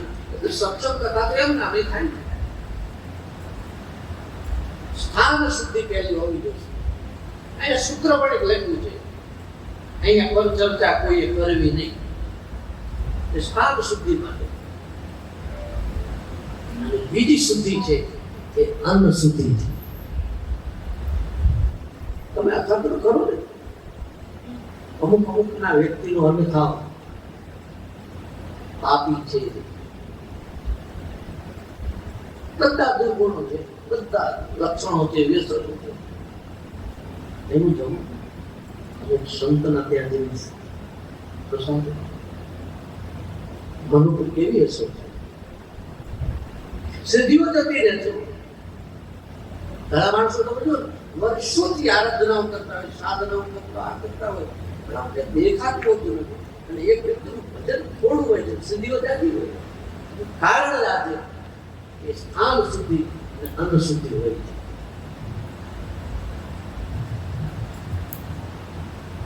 આપણને ખબર નથી કે આના ભાવ શું છે, કેવા ભાવથી રસોઈ બનાવી છે, કેવા વિચારોથી બનાવી છે.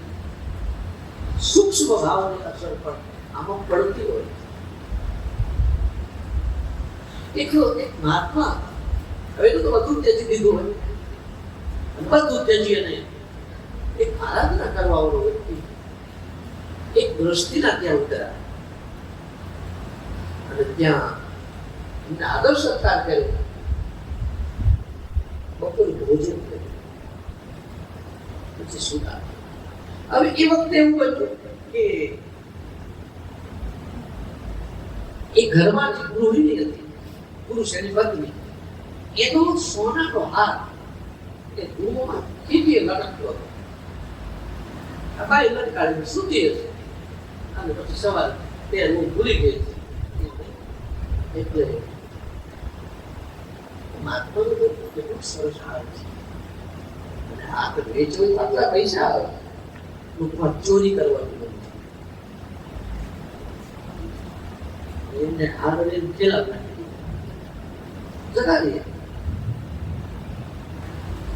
શાંત પડી પેલા આમ જોયે છે, યાદ આવી ગયું મેં હાર કેટલી લગાવ્યું. પત્ની કહે છે કે હાર મારો હોય તો આપણા ઘરમાં કોઈ આવ્યું નથી. હવે એક સંત ઉતરાતા એમના ઘરે, એવું તો કોઈને એવું તો લાગે નહીં કે સંત મહાત્માને પાછા ઓળખીતા હતા, કાયમ આવતા હતા. એ કઈ હારની ચોરી કરે એવું તો કઈ મન ઉપર આવતું નથી. પણ થયું શું?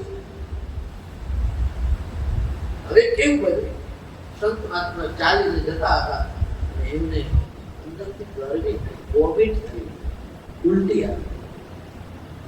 ઉલટી આવી પછી છાંયે બેઠા અને બીજી ક્ષણે એનો વિચાર આવ્યો કે હું મહાત્મા છું, ટૂંકું કપડું પહેરેલું છે, મારી પાસે કઈ છે ને હું કઈ રાખતો નથી, ત્યાગી છું, કોઈ સંગ્રહ કરવા માંગતો નથી, મને ચોરી કરવાનું નથી કેમ થયું. મારે આને કરવાનું શું? મારાથી ચોરી થાય જ નહીં. બોલો વિચાર પડતી ઉલટી થઈ પછી અને પછી એ જ મહાત્મા પાછા ઘરે આવ્યા અને પેલા પુરુષને બોલાવ્યો, પત્નીને બોલાવી, આ તમારો છે કે હું ચોરી ગયો? તો કઈ નહીં કે હાર હું ચોરી ગયો. એટલે પતિ પત્ની કેવો વિચાર કરે કે હાર તો કોઈ બીજા ચોર્યો હોય, પણ સંતો દયાળુ હોય ને એને કોઈ મારે નહીં, કેસ ન થાય નહીં, એટલે એને બદનામ નહીં થવા દેવું માટે પોતાની માટે બધાને વરી લેતા હતી. આવું એમને વિચાર આવ્યો. પછી બધી કે બાપજી અમને ખબર છે કે તમે ચોરી ન કરો, આ તો બીજા કરી હશે, પણ હવે એ તમને આપી દીધો હશે, હાર કે તમે આપી આવો. ના ના, હાર મેં જ જોયો હતો. અને પછી સંત મહાત્મા પૂછે છે કે અમે આજે ખાધું ને, અન્ન તમે ક્યાંથી લાવ્યા? જમવામાં તો દાળ ભાત જમ્યા હતા, હવે એમાં બહુ મોટી તપાસ કરી, ખબર હતી ગ્રંથની ચોખા વેચાતા લીધા હતા ચોરની પાસે, સસ્તા પણ. સમજો, આ નાની નાની બાબતો બહુ સમજવા જેવી, સૂક્ષ્મ વાતો, સૂક્ષ્મ અસર કેટલી મન પર થતી હોય છે. ઘણી વખત સસ્તું આપણે વાર્તા હોય ને એને મોંઘું ગણવું, જેટલું તમે મોંઘું ગણો ને એ સારું ગણો. ચોર હતો ને એને સસ્તામાં ચોખા વેચતો હતો. પેલા એ ચોખા બધા ચોરના લઈ લીધા હતા. એ તો ચોરી કરી લાવેલો હોય, ચોરી કરી લાવેલો ચોખા, ચોરના સંસ્કાર ચોખામાં હતા. ચોખા પેટમાં ગયા હતા એટલે બધું બદલાય ગયું. ચોરી કરવાનું બધું થઈ ગયું, ઉલટી થઈ ગઈ ત્યાં બધું બદલાય. વિચારવા જેવું છે. અને એટલા માટે આપણા ત્યાં જ્ઞાતિ જાતિની ચર્ચા નથી કરી કોઈ શાસ્ત્રમાં. કોઈ શાસ્ત્રમાં નથી લખ્યું આ જ્ઞાતિનું જમો, આ જ્ઞાતિનું નથી, એવું ક્યાંય નથી લખ્યું. કર્મથી જ બધા ઊંચા નીચા. દુનિયામાં કોઈને હલકા ન કહેવાય, બધા જ પરમાત્માનો સંતાનો છે. ગીતામાં ભગવાન એમ નથી કીધું કે અમુક અમુક જાતિના મારા અંશો છે, અમુક નથી. નહીં, મમે વાસો જીવવૃત્તિ, જીવવૃત્તિ સનાતન, બધા મારા જ અંશો છે. પણ જેને વૃત્તિ સારી નથી, કૃતિ સારી નથી, કર્મ સારા નથી, ઉલટા કર્મો છે, એને અલ્પો કહેવાય. વિભીક્ષણને સંત કીધો, રાવણને કોઈ ન કીધું. બરાબર. પ્રહલાદને રાક્ષસ કોઈ ન કીધું, એના પિતાને કીધું. કોઈ પણ જાતિનો રાક્ષસ હોઈ શકે. ચોરી કરે ને ચોર કહેવાય, બાકી ચોર નામની જાતિ નથી.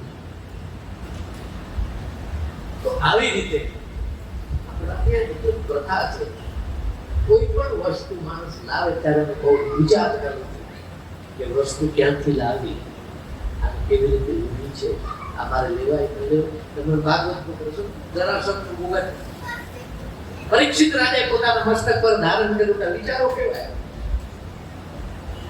તારા ઋષિના ગળામાં હાર પહેરાવ્યો, સર્પનો, એના દીકરાએ શ્રાપ આપ્યો, શિકાર કરવાની ઈચ્છા થઈ, શિકારો કેટલા કર્યા. આ મસ્તક ઉપરથી મુગટ જ્યાં પરીક્ષિત રાજાએ ઉતાર્યો ત્યાં પાછો વિચારો શુદ્ધ થઈ ગયો. ચોરી કરી કરીને જરાસંઘે સોનું ભેગું કરેલું એનું મુગટ ધર્મરાજાએ પેટીમાં મૂક્યો, પહેર્યો. રામાયણમાં એક કથા હતી. રાવણને ભગવાને માર્યો, રાક્ષસો મળી ગયા ને પછી ભગવાન વિભીક્ષણને કીધું, વિભીક્ષણ એક કામ કર કે મારે બધા વાંદરાઓને રાજી કરવા છે. શું કરતો એ સારા સારા દાગીના, સારા સારા કપડાઓ વાંદરાઓ પહેરાવે છે.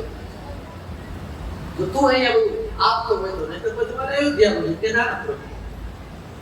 અને પછી રાવણે ભેગી કરેલી સંપત્તિ જે હતી, જે વનાના દાગીના જે કઈ હતું ને એ બધું ભગવાન વાંદરાના પહેર વિભીક્ષણ બધા આપી પહેરાવે છે. વાંદરાઓ પહેરાવે શું કામ? ભગવાનને ખબર છે કે વાનરા પહેરે નહીં. આ હું આપું છું, ભગવાન તો લઈ જાય, ગમે નાખી દેવાનું છે. પણ મૂળ વિભીક્ષણ આનો ઉપયોગ ન કરે એટલા માટે ભગવાનના પ્રયોગ કરે. હવે આ પ્રયોગ તો પણ ચોરી કરી માલ ભેળો કર્યો તો લંકામાં. આ બધું વિભીક્ષણ આવશે અને આ વિભીક્ષણનો પરિવાર અને આ બધા જ આનો ઉપયોગ કરશે અને આમના વિચાર ચોરીના રાક્ષસો થઈ જાય. વળી મારે બીજો ધક્કો પાછળ ત્યાંથી કરવો પડે. એટલે ભગવાન આ ઉપયોગ ન કરે ને એટલે કામ કરો, વાનરા નાખી દો, કપડા વાનરાઓ વાનરાઓ ક્યાંય નાખી દે, એમનું શું કરે? નાખી દો એટલા માટે વિમાન હતું. તો વિમાન લંકામાં હતું તો રાવણે પડાવી લીધેલું હતું ને. એના કુટુંબનો ભાઈ થતો હતો કુબેર, એનું વિમાન હતું, પડાવી લીધું હતું. ભગવાને એમ કીધું વિભીષણ આમ કાયમ તું રાખજે. એ વિમાન શું વિભીષણ ભગવાનને લઈને આવ્યો, એ અયોધ્યામાં ઉતારી તું વિમાનને કીધું હતું એ જતો.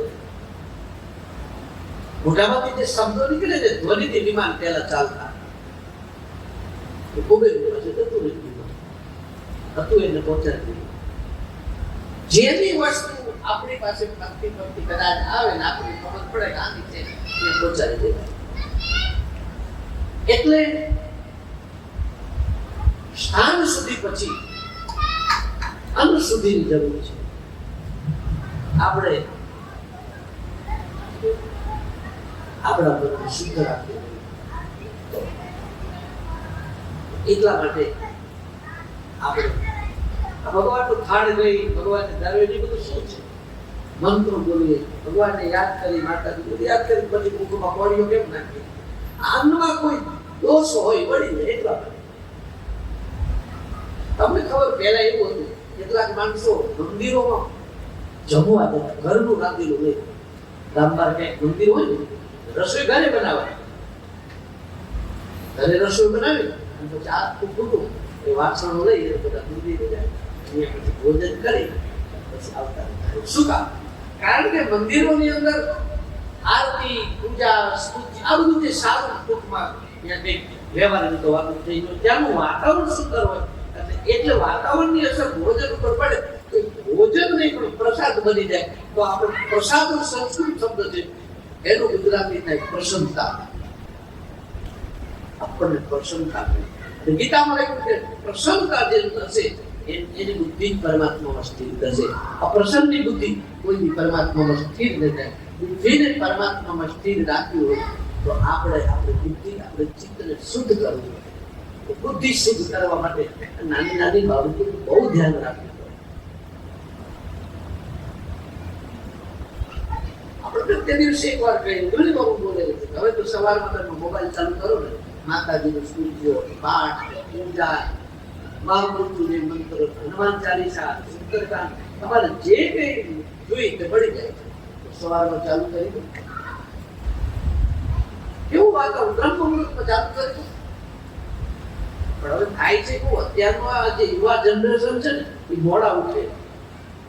જૂના માણસો વહેલા જાગે છે. વહેલા જાગીને એમને આવું બધું કરવું હોય છે, પણ યુવા પેઢી કરતું નથી. તમે જોજો અત્યારે તમે સવારમાં વહેલા હનુમાન ચાલીસા ચાલુ કરો એટલે ઘરમાં નાના જે હશે ને, મારે નાના કહેવાય, બીજું તમારે સમજી જાવ, એ નાક પાડી દેશે, બંધ કરી દો, કુવાતો નહીં રહેતા અમને ચાલશે ને. બોલી દો બહુ પાસે સાસુનું ચાલે છે ને, નાક પાડી દઉં તું વાંધો એ તમને ના પાડે છે કે અત્યારે બંધ કરો. 5 વાગે તમે માતાજીની સ્તુતિ હોય, શિવજીની સ્તુતિ, આરતી આ બધું ચાલુ કરતો અને સવારને 7 વાગ્યા સુધી આપણું સ્થાન સુધી કેટલું થઈ જાય. પણ નહીં કરવા દે ઘરમાં બીજાને, કારણ કે બીજાનું ઊંઘ ગમે છે. એટલે બહુ અઘરું છે. એટલે કહ્યું છે ને કુટુંબ સાથે સત્સંગમાં જવાનું કારણ જ આ. પહેલા જમાનામાં પતિ પત્ની જાતે સાથે દીક્ષા લેતા, સાથે સત્સંગમાં જતા, સાથે પૂજામાં બેસતા. આ બધું એનું કારણ જ આ છે. સવારામાં કીધું નર નારીની એક મતી તો અમરાપુરમાં હોય ગતિ, બંનેની એક મતી હોવી જોઈએ.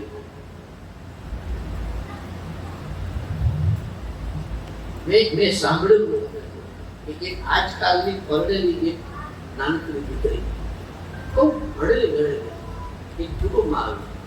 એક કુટુંબ આખું ધાર્મિક, આખું ઘર પૂજા પાઠ કરે, એક ઘરમાં એક નહીં. ત્યારે જે જાગે ને એ ઉભા થઈ માતાજી નાખી કરે અને બધી ખાલી કરી પાછું. પછી સંતો આવે એની સેવા બહુ કરે. એની ભાઈને નથી. એકવાર ભાઈ એવું બોલી, મને ખબર હોત ને કે ઘરમાં આવા બધા ભક્તો છે તો હું અહીં આવત જ નહીં. એના કેવા સંસ્કાર. એને એમ કહેવું હતું કે મારા કેટલા સદભાગ્ય કે નહીતર આજકાલ તો યુવાનો ઘણા બધી ગીતા હોય, જુદા રમતા હોય, એના બદલે મારું આખું ઘર આવું ધાર્મિક કેટલું ભાગ્યશાળી. એના બદલે એવું બોલતું મને આવી ખબર હોત ને કે આપણે ખબર છે તો હું આવું જ નથી. હવે આમાં આપણે હવારમાં ક્યાં સુંદરકાંડના મોબાઈલમાં પાઠ ચાલુ કરવા?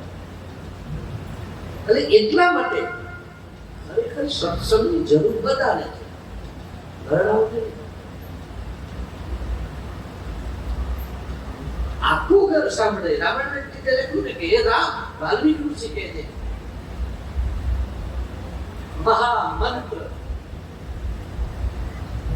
જપત બોલા. વાલ્મીકી કીધું પરિવાર સહિત તમારા મંત્રનો જે જપ કરે એના હૃદયમાં તમે રહેજો. આખો પરિવાર એક મંત્ર જપતા હોય તો કેવી મજા આવે. એક બીજો મંત્ર કીધું ભલે શ્રદ્ધા આપણે કોઈ તોડાવી નથી, પણ બધાનો એક મંત્ર હોય, બધાને એક મંત્ર હોય તો વાતાવરણ કેટલું સરસ. ખરેખર બહુ મજા આવે. આખા ઘરમાં કુટુંબ જે હોય ને એ બને ત્યાં સુધી એકના ઉપાસક બનીને રહે, બધાને મજા આવશે. કારણ કે અંદરથી ને તો થોડોક રાગ દ્વેષ થશે. તમારા ભગવાન આમ ને મારા ભગવાન આમ ને પછી તો શું થાય? ઘરમાં જેટલા માણસને એટલા ગોખલા બનાવવા પડે. કોના ભગવાન ના ગોખલા બેસાડવાના, આના ભગવાન ના ગોખલા બેસાડવાના, પાછા બધા થાળે જુદા જુદા ધરાવે નો આપણને કહેવાનું હાલ ઉચકારી દે છે. પણ એ તો બહાર ગામ જયારે જાય ને પુરુષતા પત્ની કેમ કે મારા ભગવાનને તું થાળ ધર. ના, હું તમારા ભગવાનને નહીં ધરાવ, હું તમારા ભગવાનને ધરાવ. એ પાછી ભગવાનને થાળ ધરાવે રાજીને એટલે દ્વેષ તો ઉભો થયો, ઘૃણા તો ઊભી થઈ ગઈ. એટલે વાલ્મીકી ઋષિ કહે છે પરિવાર સહિત આખું ઘર પરિવાર સહિત તમારા નામનો જે તમારા મંત્રનો જે જપ કરે છે પ્રભુ એના હૃદયમાં તમે રહેજો. એનો અર્થ એના હૃદયમાં તમે પ્રગટ થો. એટલે આખું ઘર ખરેખર ભગવાનની નજીક આવે. તમે રાવણ પ્રસંગ સાંભળ્યો, લક્ષ્મણજીને વાક્યું ને પછી વિભીષણ ભગવાન પૂછ્યું. વિભીષણ કહે છે કે લંકામાં સુસેન નામનો વૈદ રહે છે, બોલા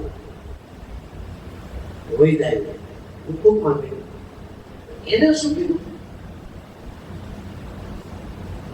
દ્રોણાચલ પર્વત પર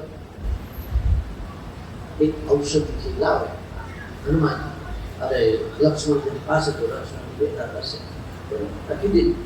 હવે તમે રામાયણ વાંચી છે એમાં એવું લખ્યું છે કે હનુમાનજીને રામાયણ તમે લઈ આવો વૈદને.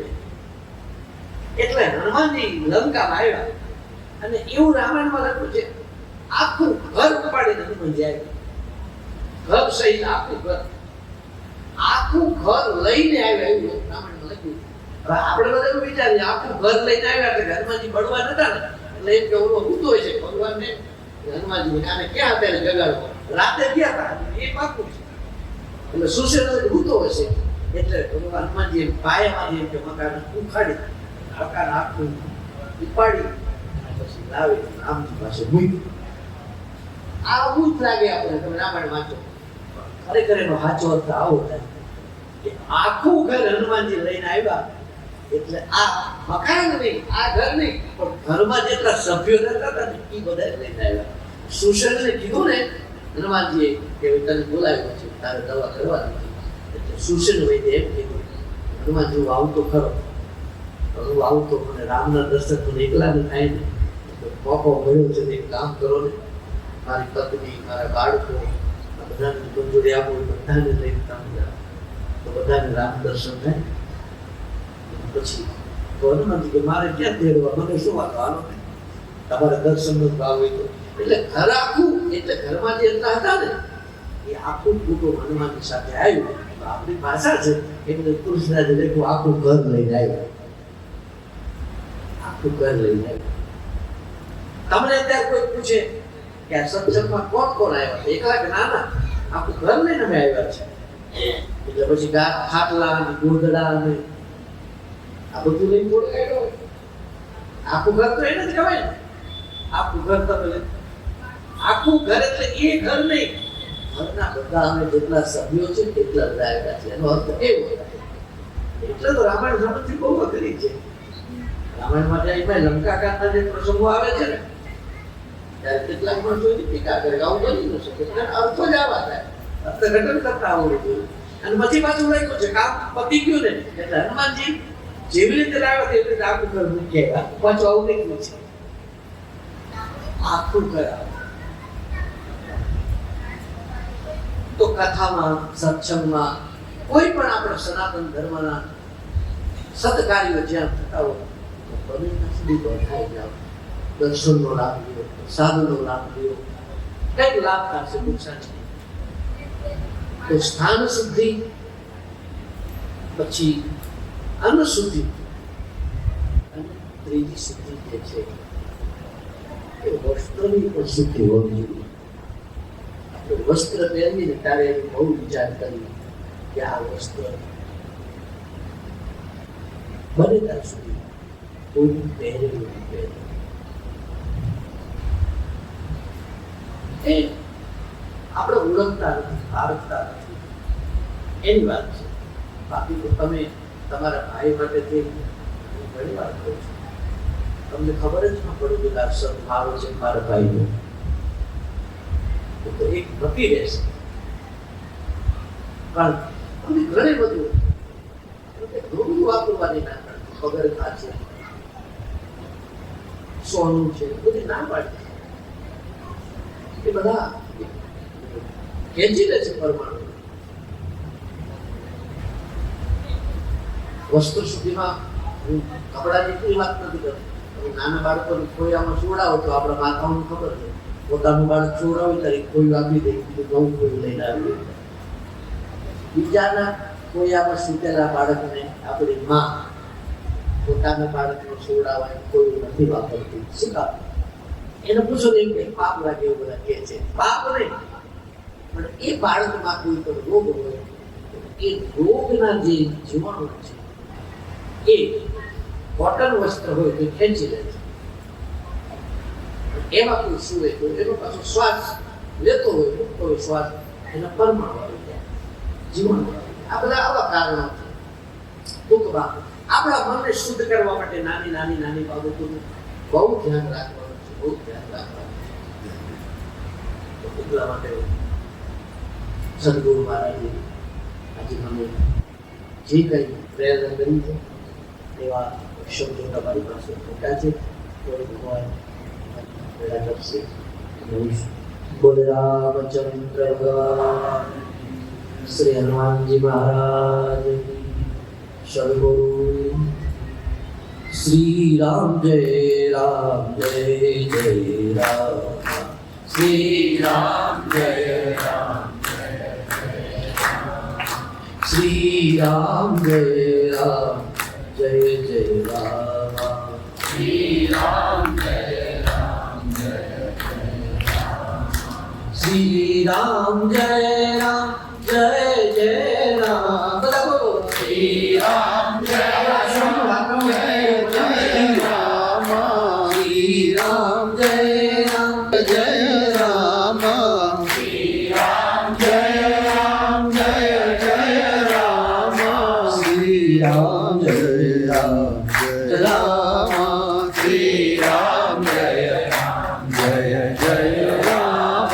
શ્રી રામ જય રામ જય રામ શ્રી રામ જય રામ જય જય રામ શ્રી રામ જય રામ જય જય રામ શ્રી રામ જય રામ જય જય રામ શ્રી રામ જય રામ જય જય રામ શ્રી રામ જય રામ જય જય રામ શ્રી રામ જય રામ જય જય રામ શ્રી રામ જય રામ જય જય રામ શ્રી રામ જય રામ જય જય રામ શ્રી રામ જય રામ જય જય રામ શ્રી રામ જય રામ જય જય રામ શ્રી રામ જય રામ જય જય રામ શ્રી રામ જય રામ જય જય રામ શ્રી રામ જય રામ જય જય રામ